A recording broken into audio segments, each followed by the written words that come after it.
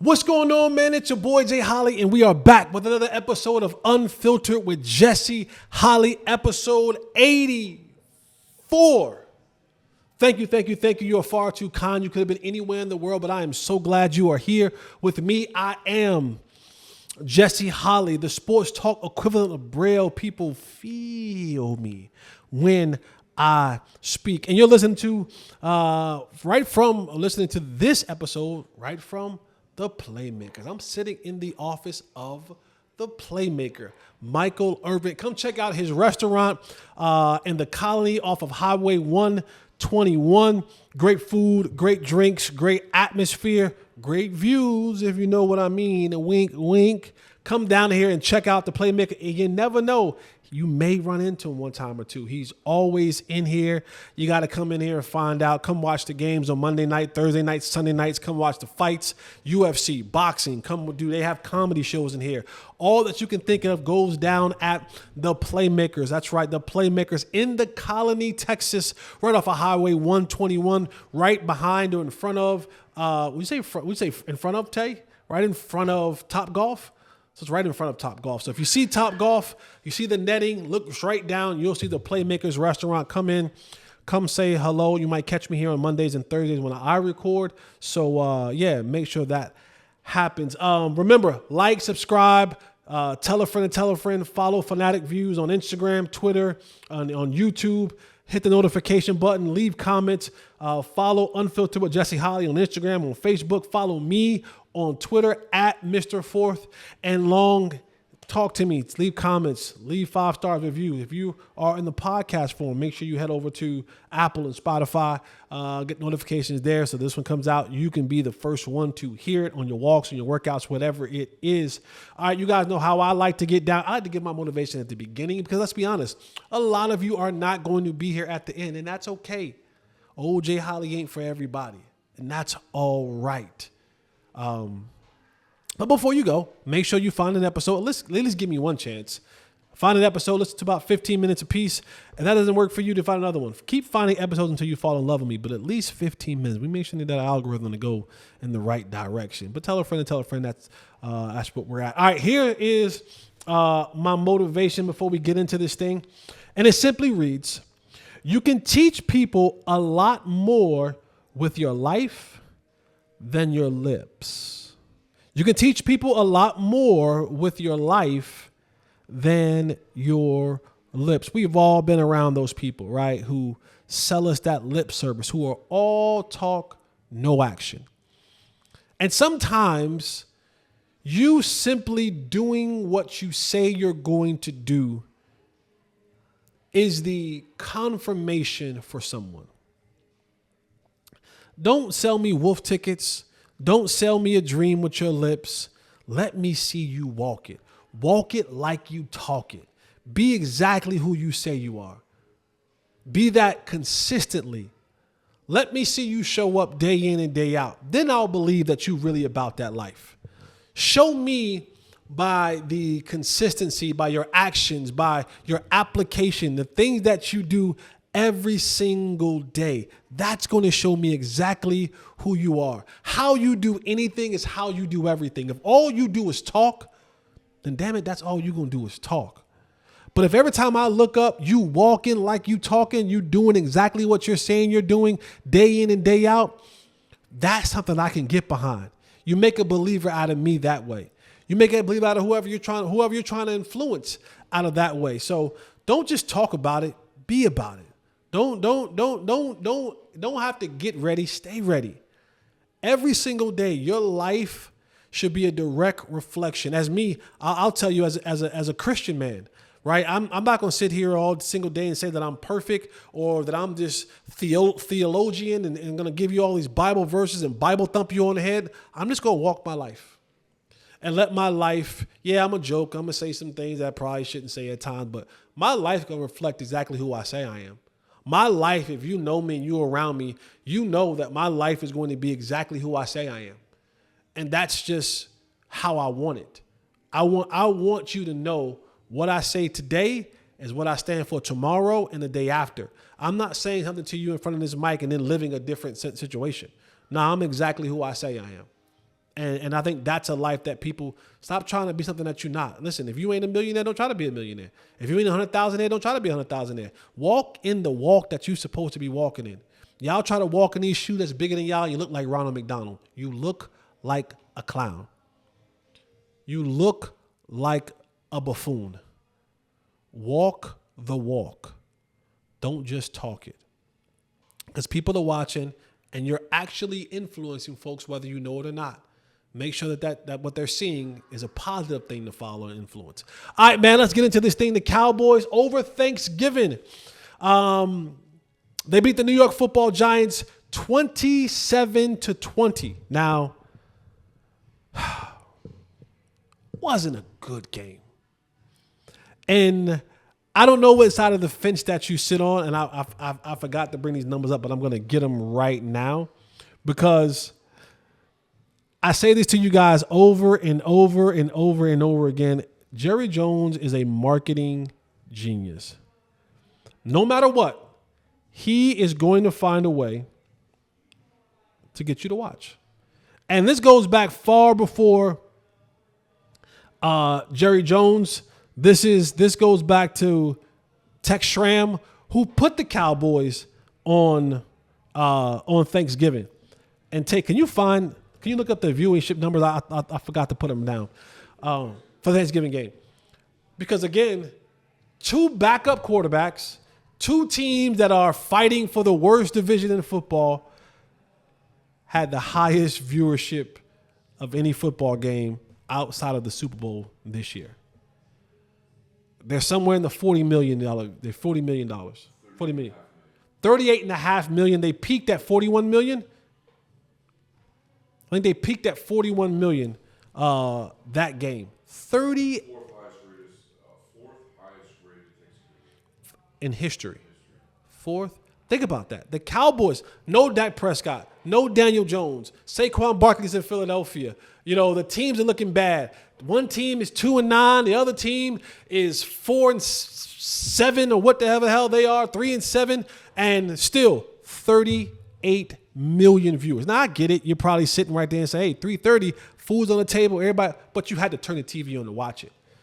And Jerry wins again. The Cowboys win, Jerry wins. And while this game, I think most of us picked the Cowboys to win at the beginning of the year, in the words of the great Deion Sanders, do you believe now? And that's a realistic question. I know you're saying, I know that there are some of you who are saying, screw that, Jesse. We need the draft picks. We need the draft capital. We want to move up and the team tank. I get it. I hear y'all. Listen, I'm not fighting y'all. You can have the right to be team tank, whether it's organically, however you want it. I am not team tank. Never have, never will be. But do you believe? Do you believe a little bit? Micah said, like, man, listen, I don't care about their draft picks. I care about what they're doing. We putting something together, and we are going to make a run. Now, right now, I think ESPN had them out, their index, like the percentage of making the playoffs. Cowboys have a 3% chance. So you're saying there's a chance. Now, I don't believe it either. But I don't have to believe it. They don't pay me to believe.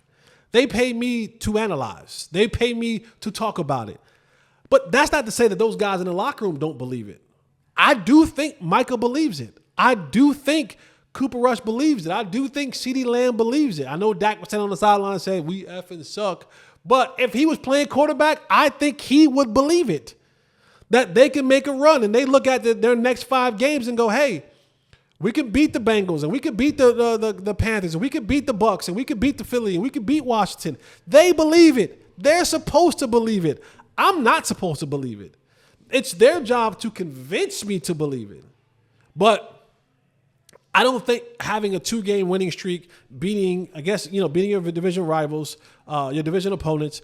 The Giants are a bad football team. They've been that for a long time. So that one doesn't really buy you much leeway in my eyes. Another opponent coming up on Monday night, the Bengals, who we'll talk about Joe Burrow and his offensive performance and what they're doing offensively and how it just isn't equating to, I got numbers to support that, isn't equating to realistic winning numbers. It should.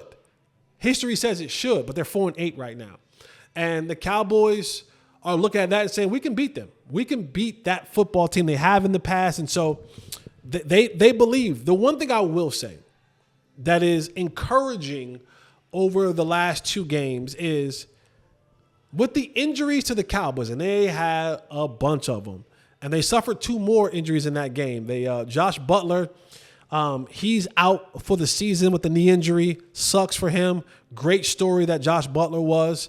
It's just bad news. His knee exploded on the sideline, and so he'll be done for the season. And then Wanye Thomas, another one of the guys who people were rooting for and wanting him to get the spot. He has a knee injury, but they're saying he could possibly come back in a couple of weeks, but don't know. Zach Martin looks like he's heading in the right direction to come back and play Monday Night Football, as well as DeMarcus Lawrence.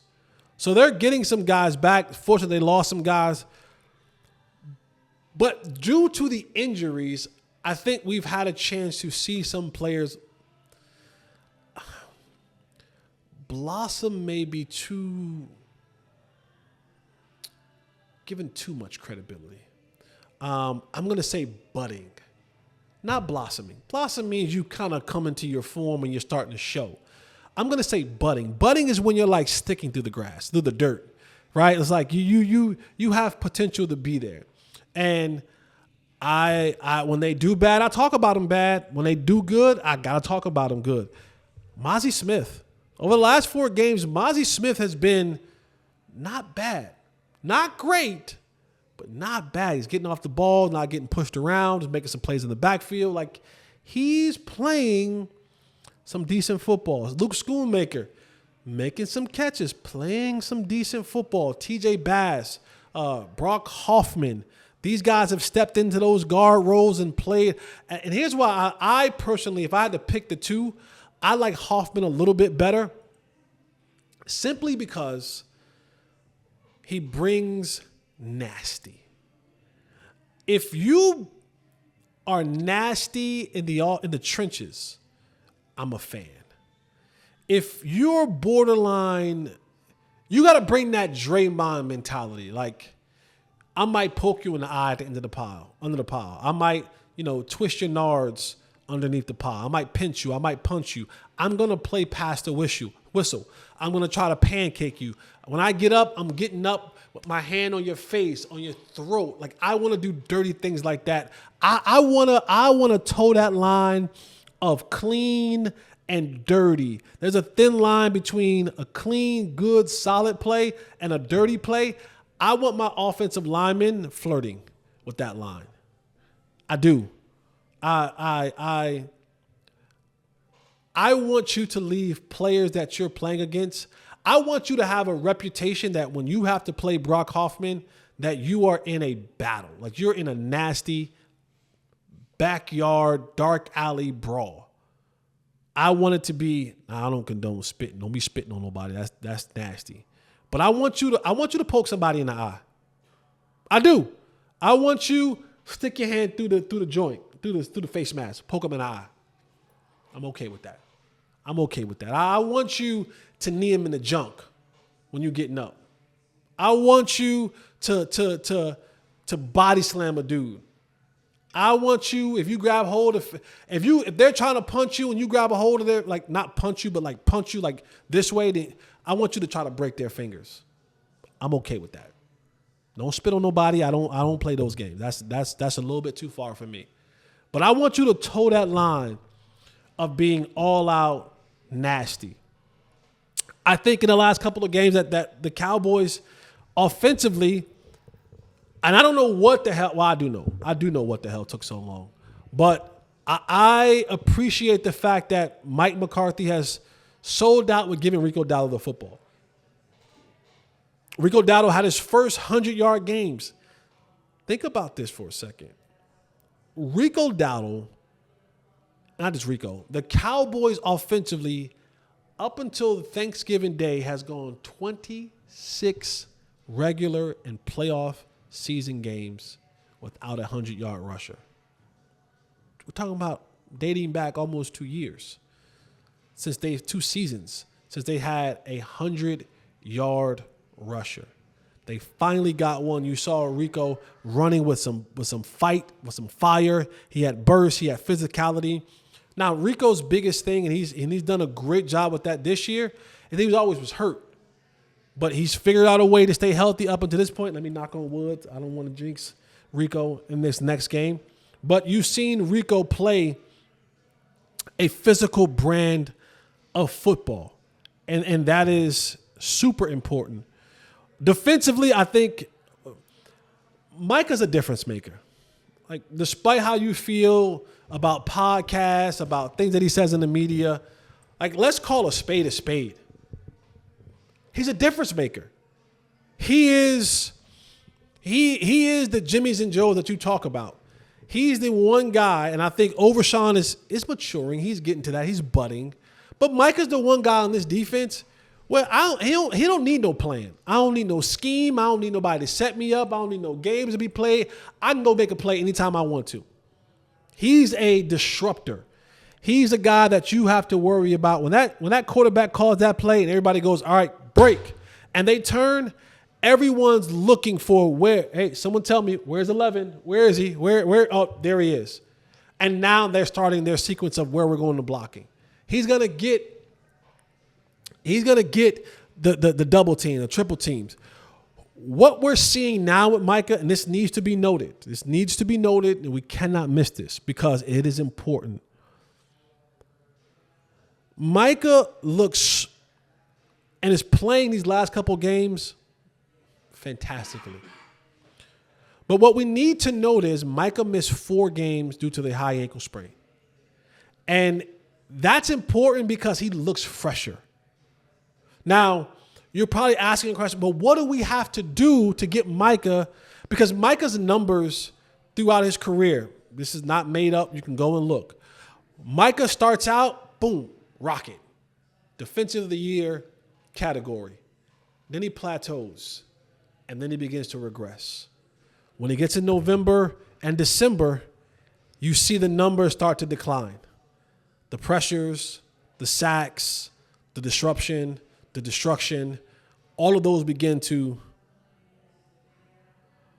come down as he gets later into the year. And that's simply because this is no knock on Micah, but it's the truth. He's too small to play the position that they have him playing. Like, just take a moment and think about this. Micah is 245 pounds, 50 pounds on a good day, 250, 245 to 250. Remember last year he tried to bulk up to like 255? He walks around and plays about 245, and he might be fighting to keep 245 to 250 on. He just does. Micah relies a lot on his speed. Well, here's what happens. If Micah had nothing but one-on-one matchups every single day, the average size of a left tackle or right tackle in the National Football League is 317 pounds. 245, 317. That's a lot of weight difference, right? So now, let's continue to do math. So Mike is dealing with, on average, by one person, a guy who's 315 pounds. Well, Micah spends a lot of time getting double teamed. So add another 300-pound dude. So we're talking anywhere from 315 to 330 between these two guys. So we're talking about 620 pounds of human that's leaning on them, pressing on them, pushing on them, falling on them, grabbing on them.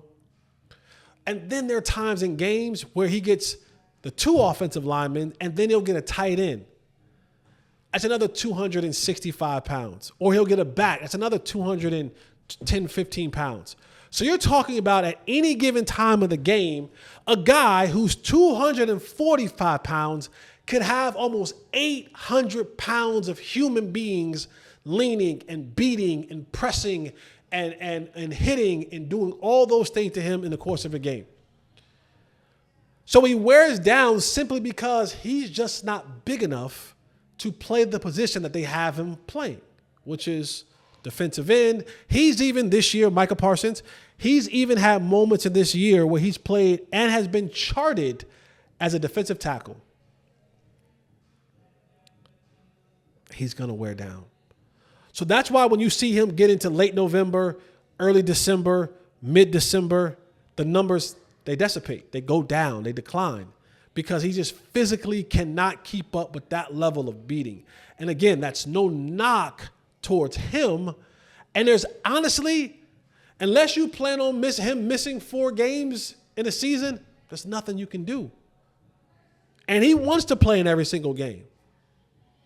But his frame is physically not made for this type of punishment.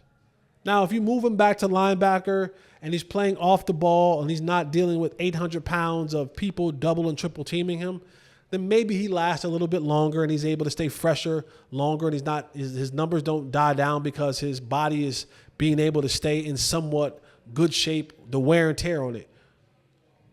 But if you're consistently going to play him in the interior of the defensive line, then he's going to have the numbers in the beginning when he's fresh. But as he gets to November and December, they're going to always drop. They have consecutively for the last 4 years. Go look at the numbers. Every single year, you see late November, December, the pressures go down. The quarterback hits go down. The sacks go down. And that's why he'll start the year off and he'll have, in the first 8-10 games, he's up there 8, 9, 10 sacks. And then the last 5, 6, 7 games of the season, 2 sacks. Pressure numbers goes down. So going forward, if you want to see what you see right now, what you're seeing right now from Micah is just what he normally does at the beginning of the year when his body's fresh. His body's fresh now. And so you're seeing him play at a very high level. It's unfortunate that it's kind of in the grand scheme of things, not personally for him, but the Cowboys are not making the playoffs. So all of that kind of goes for naught because he's just not going to go through. That's not going to, the results of his hard work and his ability of being dominant and destructive on the field right now won't result in this team making the playoffs. It's not happening. But it is fun to watch. And then now you see DeMarvion Overshown. You see him now taking that next step in the process of it, and he's playing phenomenal ball. Even when you watch this football game with the Giants, you talk about the play that he made, and thank God he made that play. Thank God. You hear coaches and players always talk about, hey, this game came down to about 3 or 4 plays that we made or didn't make, and that's the reason why we won or lost this game. I want y'all to go back, and I want you to watch the DeMarvion Overshown play.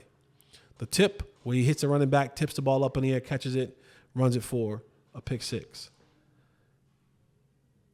Boy, if he does not make that play, it's a touchdown. Just not for the Cowboys. The Giants it was the perfect play call. It was set up perfectly. The blocks were there. Everything was set up perfectly. The difference is DeMarvion Overshown made a hell of a play because that ball was going for a touchdown or for a 70-yard gain. Go back and watch the play. Watch it from the wide copy. That was a touchdown. But that's why you pay the Jimmies and Joes. That's why you draft the Jimmies and Joes, because those are the guys who make plays when there are no play to be made. Those are the guys. Those are the separators. Those are the guys who erase your bads. When something you don't, because that play wasn't, the play design for the Giants were great. The defense for the Cowboys were horrible. But DeMarvion Overshown did a great thing and went back and scored a touchdown. And so in the recap of this game, you're starting to see a lot of young guys play a little bit better. Like I said earlier, TJ Bass and Brock Hoffman, got to give those guys some credit. Man, this sucks for Josh Butler and Wanye Thomas because they were getting a little bit of burn. Schoonmaker playing a little bit better. Mozzie Smith playing a little bit better. You want to see those guys taking those steps next year. Now, will it translate over to next year? I don't know. I don't know. But it's good to see that they have some life. That their careers, a guy like Mozzie Smith, his career was on life support because he just wasn't playing well. These last couple games, he's been showing a little bit each and every week. So that's pretty much the recap from that game. You know, bad game, ugly game. Wasn't really much to drive home about. It'll be an exciting game coming up against the Bengals. I'll start breaking down film on that when I come back and we do our show Thursday. I'll be able to give you a better breakdown on that. I'll tell you right now, from the early watching the game on Sunday, Joe Burrow's playing some MVP level football. Record's not there. Joe Burrow performance is there, but we'll get more into that. All right, that's it. What I got for the Cowboys. All right, man. Let's get into the around the world of sports. I don't know what's in the college football water. I don't know what's going on. I mean, most of the guys are on fall break right now. All their girlfriends probably broke up with them. I don't know what's going on. But boy, has it been spicy in college football. Everybody fighting. Let me be very clear when I say this. Very clear when I say this. Football fights are stupid. They are dumb. You look stupid. You look dumb. To be in a football fight, first of all, some may argue that hockey is a violent sport. Some may argue MMA is a violent sport and boxing is a violent sport. I argue that there isn't a more violent sport than football. That's just my argument. Maybe I'm biased. I can see why you say boxing. I can see why you say MMA. But football's violent. Football is a violent sport. And why football fights look stupid, because unlike MMA and unlike boxing, y'all trying to punch people with helmets on. You have a better chance of hurting yourself than you do hurting me. And on top of that, you have 4 quarters, 60 minutes to go out and to be as aggressive and to be as violent and to be as physical and nasty versus the opponent. Why fight afterwards? Why fight afterwards? Why fight at all? It proves nothing. And on top of that, I'm out on flag planting. I'm out on it. The day started off with Michigan and Ohio State. Some may say that's like one of the biggest rivalries in all of college sports. Cool, y'all know what I say. It's North Carolina Duke, and it ain't even close. Basketball. It ain't even close. It ain't even close. You can put wherever you want. You can put Ohio State, Michigan, wherever you want. It's Duke, North Carolina. It started out with that, and then that was the starter fight, and that got ugly. Police had to pepper spray players. And the fight broke out because Ohio State, y'all just can't beat Michigan. At least under Ryan Day, you can't. We'll talk about Ryan Day.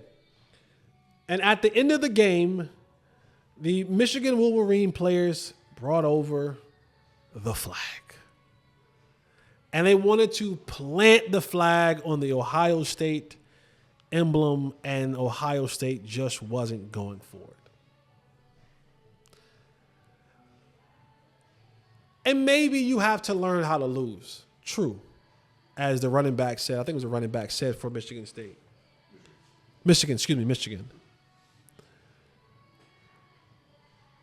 But I'm out on the plant flag. I'm out on the flag planting.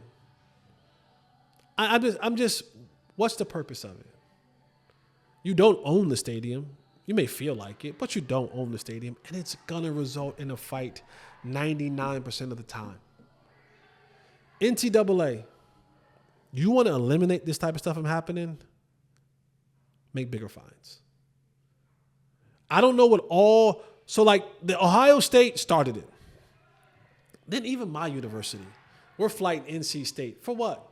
What are we fighting them for? Win the game. Win the damn game at home. Win the damn game. Win the game. Fight within the lines. You got a chance to fight within the line. You can block a dude to the Gatorade stand. Then it was Virginia and Virginia Tech. Then it was Florida and Florida State. Then it was Texas, kind of Texas A&M, a little bit, not really. Who else was it? It was Arizona and Arizona State. Just everyone's fighting. What are y'all fighting for? Win the game. Don't plant the flag. Do it. Like, talk smack within the line. Then go home. Go home. Michigan and Ohio State were both fined $100,000. Now, if you're thinking, wow, it's a lot of money. Well, they charge you $250,000 if your fans rush to field. So if you have fans that rush to field, it's $250K. You want to end it because here's what's going to happen. Because I don't trust these young jokers. I don't trust these young jokers. This ain't turned on. This ain't turned on. A lot of these young jokers, it ain't nothing but, and they brains, man, it ain't nothing but NBA young boy songs and future CTE. Like, a lot of these jokers don't have nothing going on in their brain. Like, literally, all these jokers, I mean, look, jokers, I was watching, what's the kid name from LSU, Kyron Lacey? Like, he's like doing the gunshots. Dude's just doing the gunshots on the ground at South Carolina. These kids ain't got nothing going through their brain but lyrics from NBA Youngboy and Lil Durk and Chief Keef. These kids ain't wrapped too tight. These kids been dropped on their head and fed chicken nuggets their whole life. They've been fed processed food, Takis, and soda. Like, these are the kids that you see in high school that eating Takis, the blue Takis, the red Takis, at 7 o'clock in the morning. They drinking soda for breakfast. You think they wrap too tight up top? And all it's going to lead to is more damage and more carnage. And something definitely bad is going to happen. Because what's going to eventually happen, someone's going to get their helmet knocked off or pulled off, and then someone's going to come in wildly swinging a helmet and hit somebody in the head. Or these things are going to get like they got in the Michigan-Ohio State game, and the next step is it's pepper spray first, then it's a taser, and God knows, I don't put nothing past anybody. I've been around this earth long enough to see things happen that I thought would never, ever happen. And I pray that it never happens in the game. But what if a cop pulls a gun out? What if one of these other kids in this whole melee of it all grabs a cop's gun? And I know you're saying, Jesse, you're bugging, you're far-fetched. I get it. I know. But we said that before some other things that we've seen in this world. 20 years ago, we thought we'd never see a school get shot up. We thought we'd never see a church get shot up. We thought we'd never see these type of things happen. What if it's a crazy kid runs from the stands and through all this melee and grabs a cop's gun and pulls the trigger? Stop it, y'all. Like, I don't understand it. Like, NCAA, you want to end this? Make the fines really big for schools, because it started by players. And all these, like, there's some, y'all never been in, a lot of y'all have never been in a college locker room. I have. You got some insane jokers in those locker rooms from all parts of the country who got some mental situation that they're dealing with. And a fight can trigger them to go off in a way that you will not believe. They're looking for a fight sometimes. But we've seen it all week, and, you know, it's a very dangerous situation. And I know I'm getting old. I'm getting soft. But I'm telling y'all, like, it was all day. It was every game, every game. Everybody want to fight. And again, that tells you everybody want to fight. Usually back in the days, it'd be like, oh, Miami would get into a fight. You know, everybody fighting. Like, there was 7 fights. You know, that's a small percentage, but every game that was on national TV, USC guy USC offensive lineman punched a dude in the face for Notre Dame. Like, punched him in the face. Notre Dame punched a dude from USC in the face. What are we doing? What are we, like, violence in the youth today is at an all-time high. Like, they want the smoke. They want the smoke. And again, I'm not saying that fights are just happening nowadays. It happened 20 years ago, 30 years ago. Trust me, I grew up in those eras with the Miamis. But golly, man, like, stop planting the flag, man. Let it go. Let it go. Like, y'all don't. What are we doing here? Like, let it go. NCAA, conferences, Big 10, ACC, Big 12, SEC, start taxing them. Start taxing them ADs in them programs. I do want to give credit because you saw 2 coaches kind of look kind of crazy in those situations. A couple coaches. You saw what happened with Ryan Day. He just kind of stood there. It was like, I don't know what the hell to do. In the face of chaos, he just kind of stood there and like, I don't even know what's going on. You see Norvell from Florida State gets in the mix with that, and he's snatching flags from people and stuff like that. Mike Norvell, you think one of these young boys won't punch you in the face? These young boys they don't even know you probably even in the head coach. The young boys will punch you in the face, Mike Norvell. You go in there, they ain't a part of your team. To the credit of Steve Sarkisian, and he said it in his post game when they were kind of about to get a little rowdy between the Texas A&M and Texas game, he got guys off the field. And he said, I saw what happened earlier today, and I didn't want that to happen in our game. And so he was able to corral guys, but, man, that's wild, man. Like, stop, man. Y'all, that's just stop. Talking about Ryan Day, head coach of the Ohio State Buckeyes, on the hot seat. Now, let me give you Ryan Day's record over his tenure at Ohio State. Ryan Day is 66-10. The problem is, there's 2 things. He's won 2 Big Ten championships since he's been there. Here's the biggest problem for Ryan Day. Well, 3 big problems. 1, he cannot beat Michigan. Now, I know that's a big rival, and that holds a lot of weight in Big Ten country, especially versus Ohio State and Michigan. In his time there, he's 1-4. He's lost 4 straight games to Michigan. That's his first problem. And that's a big, big problem in the eyes of the people at Ohio State. Second problem is you got 0 national championships to show for it. You got no natties to supplement the fact that you cannot beat Michigan.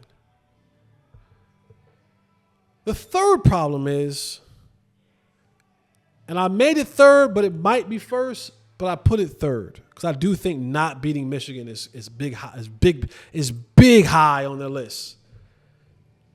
Ryan Day makes $10.2 million a year. He's the fifth highest paid coach in college football. And last year, Ryan Day's Ohio State NIL collective spent the most money in NIL deals in all of college football. They had just over $20 million in NIL deals on their football team. First of all, that's crazy. That's where we're at in college football today.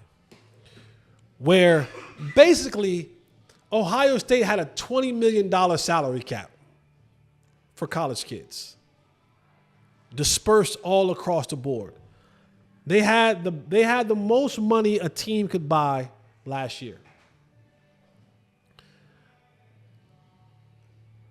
Should Ryan Day be on the hot seat?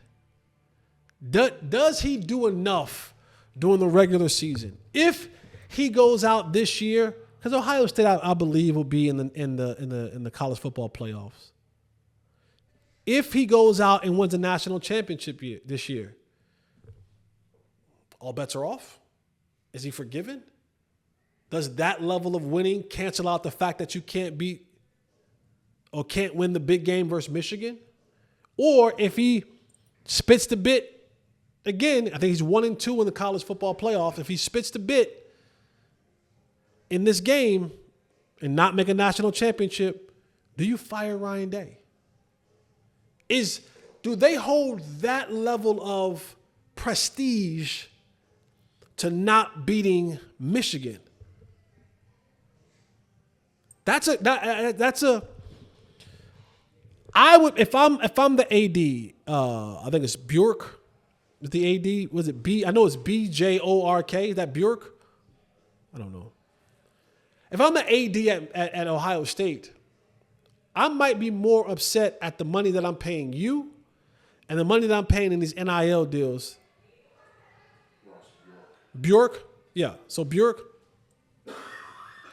If I'm him, I'm more upset at the money that I'm paying you as a head coach and the money that I'm putting in these NIL deals. Because I'm out here in the front line trying to get the collectives, and they have a really good donating base. But we got to make that. Now, granted, they'll make the money.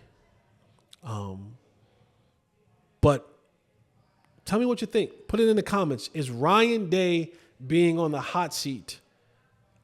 Is it worth it? Is Ohio State putting Ryan Day on the hot seat right?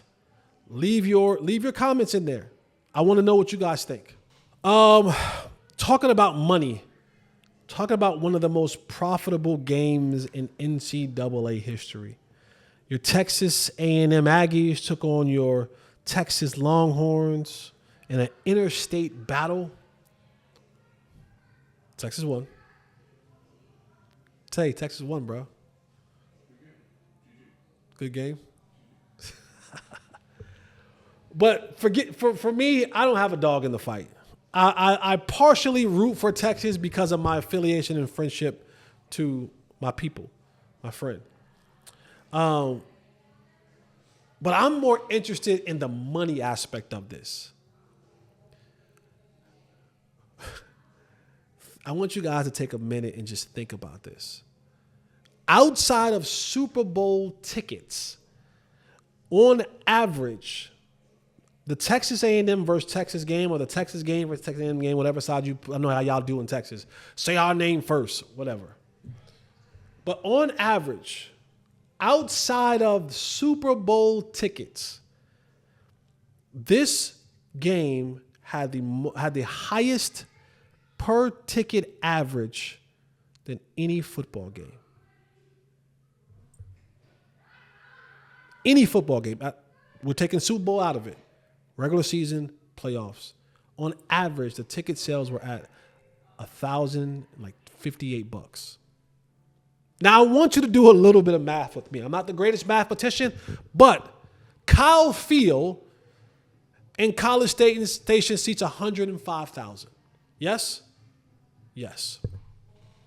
So if the average ticket price is $1,000, let's take away, what do you say, Tay? That's your squad. Let's say 15,000 for the 12th man, right? How many for 12th man? 15,000 students, 12th man type stuff, right? How many student sections, right? The cadets, the student section, let's say 15,000. So let's say 90,000, right? 90,000 at $1,000 a ticket. That ain't parking. It's actually 36,000. For a student section? Okay. So let's go down. Let's say Largest in college football. the student section. Okay. So that takes us to 70,000. That is why so that's so expensive. Supplement. I mean, they paid it. So let's say 70,000. 70,000 at $1,000 a ticket. Not counting parking. Not counting food and beverage. Do they sell alcohol at College Station? You haven't been? You never been to College Station? Oh, it's probably a new thing. Yeah, I think they do. Not counting alcohol, not counting food, not counting regular beverages, not counting parking. We're talking about $70 million in one game. So alcohol, right? And you know college students get drunk. So 70 million, right? That's 70 million. Check my math, right? 1,000 a ticket, 70,000. What does that equal out to? $70 million in one game. If you add food and alcohol and drinks, you're going to clear another 20,000. Parking, maybe another couple million. We're talking about in one college football game. We're talking about $100 million. $100 million. That funds the whole university. That funds But this is the part that I go back to and I'm saying, y'all been keeping this away from athletes for a long time. Like, think about this. Like, Kyle Field just ain't start seating 100,000. Right? How long they been having 100,000 stadium? They redid it with Johnny built 100. Johnny been 100,000 stadium, right? So, They did the renovations after Johnny. okay. But Texas, Ohio State, Michigan. Ohio State, I know for a fact because I was there. They seat 100,000. I was in the building for might have been Ohio State, Michigan. Can't remember back that far.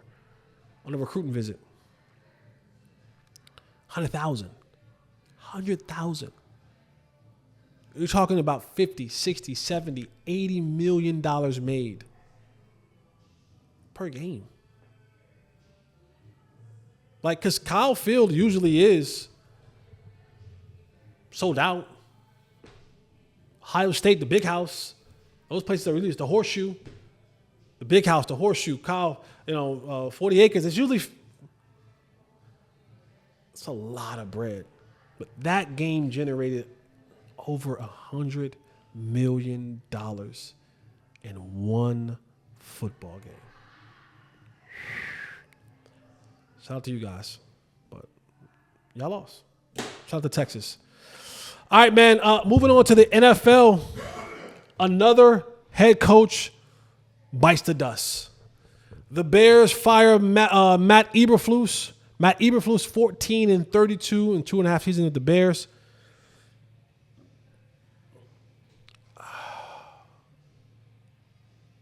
I don't think Matt Eberflus was a good coach. And I had Matt Eberflus as an assistant. He was with the Cowboys way back in the day. The Bears, when you look at it, it might be a very enticing job. And the reason that I say that is because you have a quarterback I still think Caleb Williams is a good quarterback. I still think Caleb Williams can take. I believe in the skills. I do. I believe that he has. Now, the whole Patrick Mahomes thing, I didn't like that in college. I was never a fan of that in college. Like, let Patrick be Patrick. He's in a class in the world of his own. And so I do believe that he has the talent. Still on a rookie deal. So that means you got money to play with. You got guys like DJ Moore under contract. Rome Odunze is under contract. You can put some more pieces around him on the offensive line and protect him better. But the next head coach has to be an offensive-minded coach. Like, what you can't do is you can't ruin Mitch Trubisky, the Bears. You can't ruin Justin Fields. And now you ruin Caleb Williams. Whoever the next coach is for the Bears, I think this might be, when you think about all the jobs that's coming available, I think the Jets, I know the Jets will be looking. I think the Giants will be looking. The Jags will be looking. Cowboys probably be looking.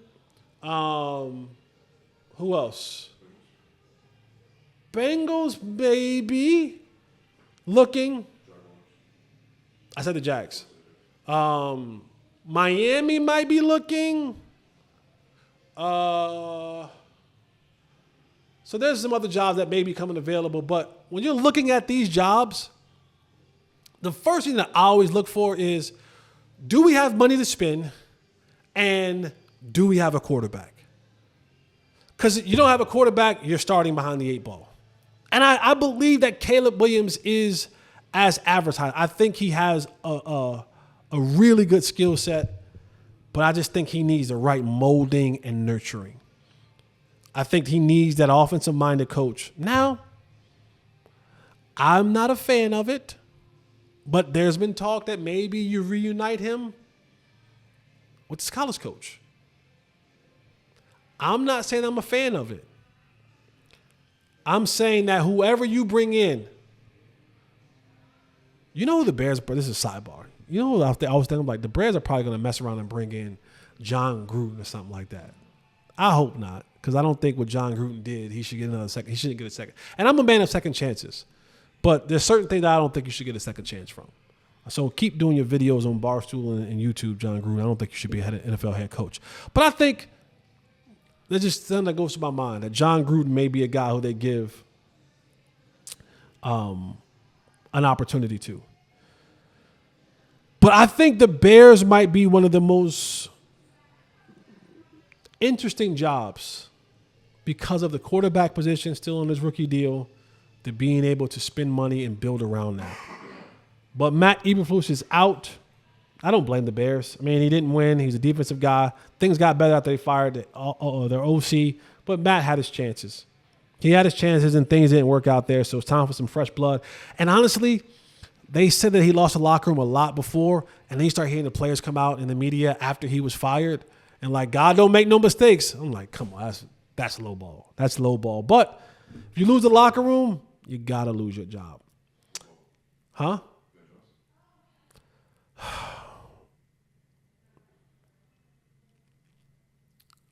They got money to pay players.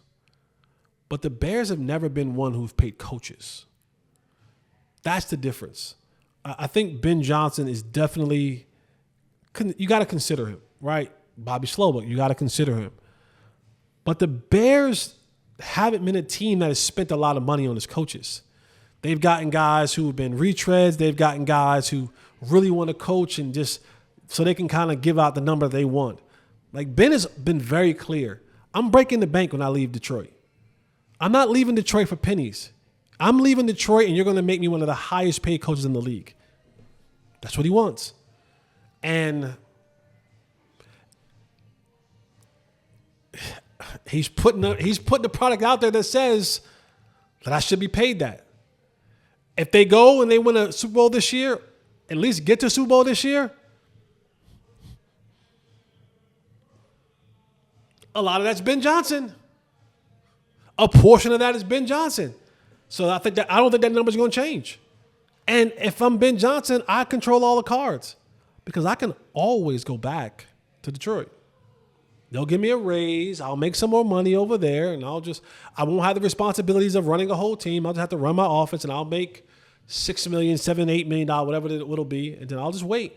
Because eventually someone will get desperate enough. If he continues on his trend, someone will get desperate enough and goes, I need a splash. I need a name. I need whatever. What's the cost? 14 million, 15 million? Deal. It'll happen. It'll happen.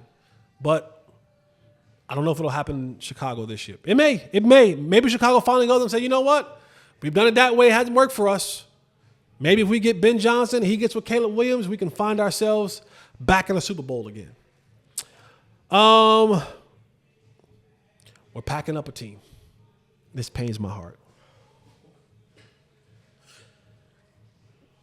This pains my heart because I've been trying to hold out hope for them, but we've already packed up the New York Football Jets, and so like I only pack up teams that so the criteria for packing up a team is we only pack up teams that what we thought in the beginning of the year had real serious opportunities and contentions for playoffs and maybe Super Bowls. So we packed the Jets up because we thought in the beginning of the year, Aaron Rodgers coming back, they're going to be a much better team. Well, they fired everybody. Aaron Rodgers is looking wildly old, and so packed up. I think it's time we pack up the 49ers. And that pains me because I'm a fan of Kyle Shanahan. The Niners have kind of run this division in the last couple years, but they're cooked. They had a bad loss the other night against the Buffalo Bills. In that game, they lost Christian McCaffrey again for the year.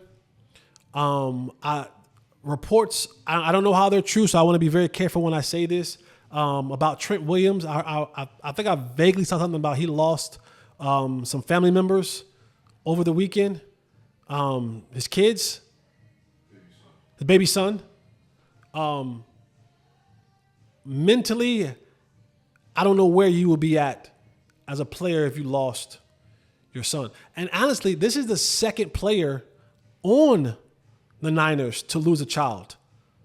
They had a defensive back that lost a child a couple months ago, Lenore. So I don't know where Trent Williams is at. Their all-world linebacker been playing with a broken ankle, Fred Warner. Now, they still haven't gotten Greenlaw back. At this point in time, no need to even bring Greenlaw back, honestly. Let him keep recovering from his situation. You already lost Ayuk for the year. Nick Bosa's out hurt right now. I mean, just the list goes on and on and on and on and on and on. They're 5-6. They're last in the NFC. 5-7. They're last in the NFC West right now, which is weird because even though they're last at 5-7, they're still like in contention with the way that this does not. No one's pulled away in the NFC West, and so. But today, a little bit pains me a little bit, but we're packing them up. Yeah, so the Rams, so they're 5-7. The Rams are 6-6. Cardinals 6-6. The Niners still play the Rams and the Cardinals. Seattle leads the division right now at 7-5. So it's not a really good division, but we're packing the Niners up. We're going to put Christmas paper on there because we're in the holiday season. We're going to put a little bow on it.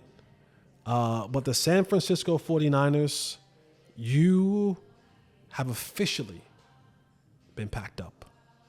We appreciate you for participating in this season. We thank you for all your hard work and your effort. But the buck stop here for you, buddy. We're packing you up. And unless you find some miraculous way in the next 5 weeks of the season to turn this thing around and find yourself back in the playoffs, I don't think we're going to talk about you again. We're packing you up, man. We're putting you underneath that tree. See you next year, buddy. Maybe the Grinch will come steal you. But the Niners, you are officially team number 2 that we have packed up. You have disappointed us. You have not lived up to your expectations. We thought more of you. Clearly, you didn't think enough of yourself. So enjoy this time. And there, you know what's funny? There's a lot of people, and I hope this happens. Oh, I hope this happens. I don't wish firing on anybody. I hope this happens. Niner fans, and this is you, Niner fans. This is from your this is from your Twitter accounts. This is from your TikTok account. This is from your Reddit accounts. This is from your fan accounts. This is from your media accounts. I hope that it happens for the life of me. Y'all talking about firing Kyle Shanahan. Ooh, please. Ooh, please. In fact, do it now. Niner fans, if y'all want to pack up Kyle Shanahan and fire him, do it now so we can bring him on home. Oh, if you fire Kyle Shanahan, he will be a Dallas Cowboy coach in a cocaine heartbeat.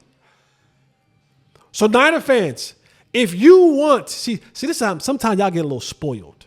This is what happens. You get a little spoiled and you think you're entitled. You think you're entitled to these seasons every single year. And I know that you want to win a Super Bowl. Everyone wants to win a Super Bowl. And you've been there a couple times. I get it. You fire him. And you know the old saying that he won't be unemployed for very long? He will not. You fire him on a Monday. What's that, Black Monday they call it? You fire him on a Black Monday and he'll be a hot hire on Tuesday. You fire him on Monday, he will be on someone's private plane by Tuesday. He may view a couple teams that week, but it won't be 7 business days before he's hired again. I promise you that. So Niner fans, I'm packing y'all up. But if y'all want to fire your head coach, y'all want to fire Kyle Shanahan, please be my guest. Hurry up. Give me an early Christmas present. Unpack yourself and fire your head coach so we can have him in Dallas. I'll take him. I'll take him in a cocaine heartbeat. Give him here. Give him here. Come on, Kyle. Let him fire you. All right, man, that's it for your boy, Jay Holley, man. I appreciate you guys always being here. Remember, like, subscribe, hit the notification button, tell a friend to tell a friend. Apple, Spotify, Unfiltered with Jesse Holley. Follow us on YouTube, Instagram, Facebook. Follow me at Mr. Fourth and Long. Follow Fanatics Views on Twitter and Instagram. Go to our clips page. Follow over there. Everywhere. Follow us everywhere. Put it in the group chat. Put it in the family chat. Put us everywhere. Remember, you can teach people a lot more with your life than your lips. Don't talk about it. Be about it. That's it for your boy, Jay Holley, man. See you guys next time. Eliminate the contingencies. I'm out.